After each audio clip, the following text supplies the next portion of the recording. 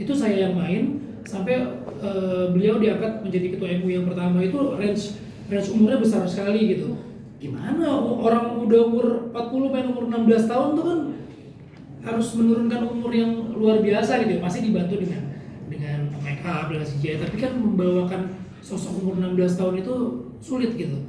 Tapi beruntungnya Buya Hamka itu membuat buku yang pernah menceritakan dirinya sendiri. Dia pernah membuat buku tentang dirinya sendiri, biografi tentang dirinya sendiri, menceritakan bagaimana perjuangan dia ketika umur 16 tahun itu sudah melanglang buana ke keluar kampung halamannya.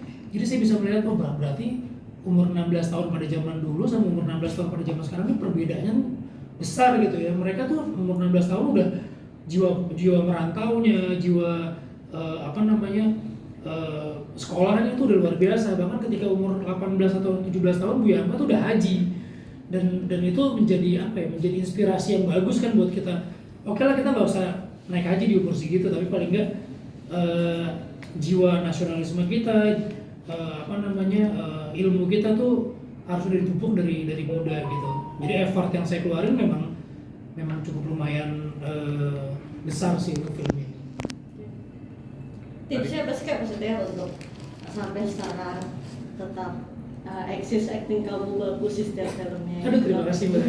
Apa sih Kak mungkin selalu oke gitu? Sebetulnya saya emang seneng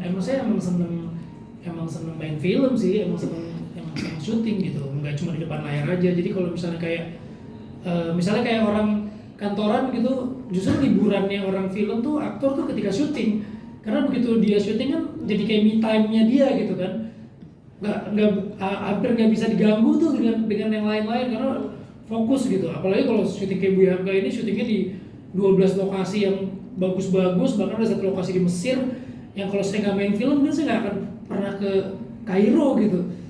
Jadi memang seneng banget. Nah, dari rasa seneng itu kan penonton bisa melihat gitu yang mengikuti karir saya. Saya nggak pengen gitu ngasih peran ke teman-teman yang menonton film saya tuh perannya itu aja gitu. Dari dulu perannya jadi anak berandalan, terus jadi saya pengen ganti lagi jadi musisi, pernah jadi gangster juga, sekarang jadi ulama, kemarin jadi ustadz juga gitu. Jadinya pengen coba berbagai macam karakter, berbagai macam genre biar teman-teman tuh bisa melihat saya tuh beda-beda gitu, biar gak bosen gitu. Ya walaupun ada nggak semuanya sukses, nggak semuanya berhasil, tapi paling nggak saya belajar terus dari setiap film saya biar bisa lebih baik lagi. Nah Kak, tadi kan ngomong-ngomong soal Gangstar, perasaannya pernah dianggap mafia tuh gimana sih Kak? Waktu itu kan pernah dianggap mafia beneran sama preman, itu gimana tuh Kak? Ya itulah, kalau misalnya aktor itu kan bisa berganti-ganti peran.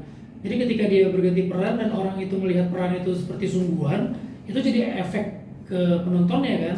Jadi memang saya pernah dulu ada satu main film cerita jadi preman, jadi gangster gitu. Terus saya mau masuk ke